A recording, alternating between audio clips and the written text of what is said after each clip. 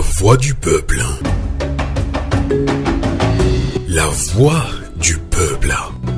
La voix du peuple sur Radio Avou l'été. La voix du peuple, une émission du peuple, par le peuple.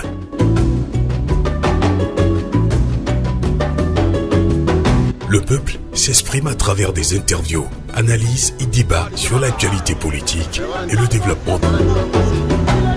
La voix du peuple, une émission réalisée et présentée par Sylvain Amos et ses collaborateurs dans la diaspora et dans plusieurs villes. La voix du peuple.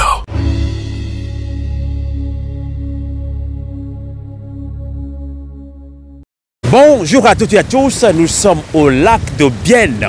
Ici, même en Suisse, je retrouve Kassim, qui nous vient de Neuchâtel, mais qui est membre de CTS, communauté togolais en Suisse. On va parler un peu du panafricanisme, on va parler de ces attaques terroristes qui qu'a subi le nord du Togo également, le Mali, le Burkina Faso, le Niger. On va voir comment les peuples africains peuvent aussi contribuer à encourager positivement l'AES à aller de l'avant, à lutter surtout contre le terrorisme et le développement de l'Afrique aussi.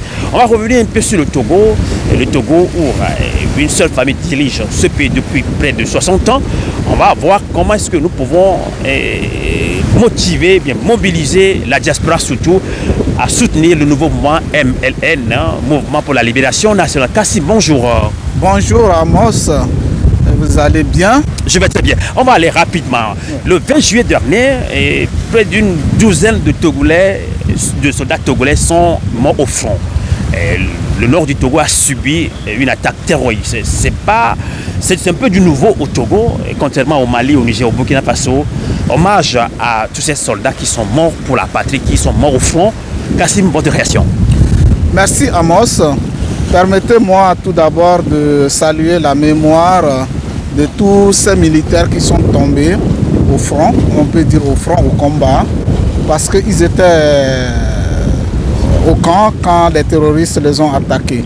Donc, par ma voix et par la voix de notre organisation, la CTS, nous souhaitons bon repos et que Dieu les accueille dans ses bras. Et que nous souhaitons aussi nos sincères condoléances à la famille éplorée, la famille de tous ces militaires et la famille tout entière, la famille togolaise. Que leur âme se repose en paix. Bon, pour revenir à votre question, effectivement, on a appris le 20 juillet cet attentat, on peut appeler ça attentat. Et donc, on a perdu, qui a emporté au moins 20 militaires et saccagé les infrastructures. C'est vraiment triste et puis c'est désolant. Vu que le Togo, on ne sait pas jusqu'à présent, puisque les phénomènes se répètent, ça fait une année plus tard, les mêmes périodes, le cas s'est présenté. Mais pourquoi cela? La question reste à poser. Voilà, nous aussi, on se cherche, on se demande pourquoi ça se passe comme ça. Et puis ce qui nous a encore, franchement, nous qui sommes dans la diaspora, ce qui nous a encore plus touché, c'est parce qu'on n'a pas eu une communication de la part de l'État. Pourquoi cela? On n'en sait plus. Voilà, on ne sait pas ce qui est caché derrière. Normalement, dans les conditions normales, un cas comme ça qui se présente, au moins l'État, représenté par un chef d'État, doit au moins porter et monter et au moins mettre les drapeaux en berne ou bien faire un jour de chômé en mémoire de tous ces militaires parce qu'ils sont là pour défendre la nation togolaise. Mais ce qui est extrêmement désolant, mais on ne sait pas. C'est le seul, ceux qui dirigent, c'est eux qui savent pourquoi ils n'annoncent pas. On a appris à travers le Niger, et c'est le Niger qui a envoyé une lettre de condoléances pour soutenir les Togolais. C'est à travers ça que les gens ont pu communiquer. Et les masses médias, les radios qui sont sur le territoire togolais sont interdits carrément de ne pas communiquer parce que le gouvernement n'a rien dit. Mais ça, c'est un peu décourageant. C'est décourageant. C'est décourageant. Est-ce que vous pensez, comme certains Togolais, que l'armée togolaise n'est pas tellement bien armée pour faire face à ce cas de terrorisme au Togo? Oui, ça c'est un manque d'organisation. Non, je pense que ça, il y a les deux. Il y a l'organisation. Ben, je ne suis pas militaire, mais nous, on est dans la diaspora, on voit comment les pays dans lesquels nous sommes, si on est en sécurité, c'est parce que il y a une organisation. Tout fonctionne comme il faut. Mais comparaison n'est pas forcément raison. Mais on pouvait faire avec ce qu'on a. Il y a l'organisation qui manque. On peut dire aussi que l'équipement, vous voyez, parce qu'actuellement, à ce 21e siècle, les choses vont très vite. Si on est avec les anciens appareils, mais vous voyez, ça ne va pas nous aider. Moi, je pense que, à mon avis, il y a ça aussi, le matériel. On n'a pas de matériel adéquat. Mais je ne sais pas si c'est la volonté qui manque, sinon on a les moyens. Vous voyez, on n'a pas besoin d'aller prendre toute une arsenal.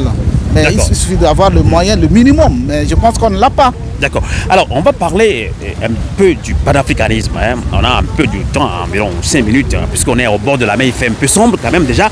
Alors, Kassim, hein, le panafricanisme plan de la peur toutes ces années, hein, la souveraineté, la résistance, la résilience. Alors, le Mali combat toujours le terrorisme. Le Burkina Faso en fait autant. Le Togo, c'est un peu du nouveau. Alors on parle de manipulation. Est-ce que ce sont les frères africains qui se laissent manipuler par les Occidentaux pour affronter leurs frères africains, selon vous? Oui, ok. Selon moi, bon, il y a plusieurs causes. Hein. Il y a plusieurs causes. Parce que tout d'abord, nos pays, en réalité, nos pays africains, en réalité, on n'est pas pauvres. Hein. On n'est pas pauvres, mais on nous a appauvris. Vous voyez? Donc il y a ça. On peut dire que l'appauvrissement de l'Afrique et l'appauvrissement de nos pays, quand bien même qu'on a des ressources, hein, plein de ressources. Moi, je pense que l'Occident, on peut dire Occident ou Amérique, ils sont en avance. Vous voyez, ils sont plus en avance sur nous. Et c'est comme si l'Afrique est un réserve pour les autres continents. C'est ce à l'analyse. Quand on analyse de plus près, c'est comme ça qu'on voit. Parce que je ne sais pas pourquoi, on a toutes ces ressources et puis on n'en profite pas. On n'est pas pauvre. Ça, c'est un. Les jeunes, ils sont là parce que l'Afrique, la jeunesse africaine est plus importante. Mais toutes ces jeunesses-là, ils n'ont pas d'emploi. Vous voyez, et c'est facilement, on peut facilement les manipuler. Vous voyez, donc c'est ça, la manipulation. Les gens cherchent quoi tenir pour vivre. Vous voyez, donc c'est ça. Il y a plusieurs causes que je ne peux pas citer ici, et les dirigeants en savent plus. Il y a ça, il y a aussi la mauvaise gouvernance. Vous voyez, comme je venais de dire quelque part qu'on n'a pas forcément besoin d'argent, mais il faut l'organisation. On n'est pas structuré, le pays n'est pas autant structuré. Quand tu prends l'exemple de Togo, on prend Lomé par exemple. Quand moi je rentre à Lomé, des fois j'ai pitié. Des fois j'ai pitié quand je vois Lomé, comment Lomé est construit. C'est construit, c'est du désordre, vous voyez. Donc du coup, moi je pense que c'est ça. L'organisation, la structure, le pays est mal structuré. Les gens font ce qu'ils veulent. On dirait qu'il n'y a pas, il y a pas un dirigeant, il n'y a pas quelqu'un qui se dit voilà, on ne voit pas grand, on voit très très petit. Mais je te donne un exemple.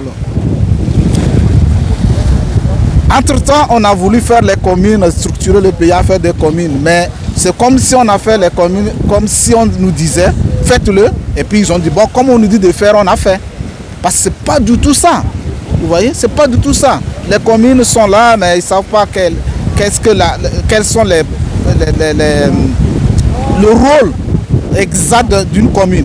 Il y a beaucoup qui sont là, ils ne savent pas. Parce que moi, j'ai servi dans les communes ici. Je sais comment ça fonctionne. Donc tout ça, là, quand tu mets tout ça dans un même plat, vous voyez que c'est la structure. Ce n'est pas bien structuré, l'organisation. Tout est faux. D'accord. Vous voyez? On va conclure rapidement, puisque c'est un petit entretien et que vous avez bien voulu nous accorder. On va parler de ce mouvement MLN, Mouvement de Libération Nationale. Alors, quel apport de la diaspora surtout pour soutenir ce mouvement rapidement? Oui, au fait, le mouvement qui vient de naître, c'est bien.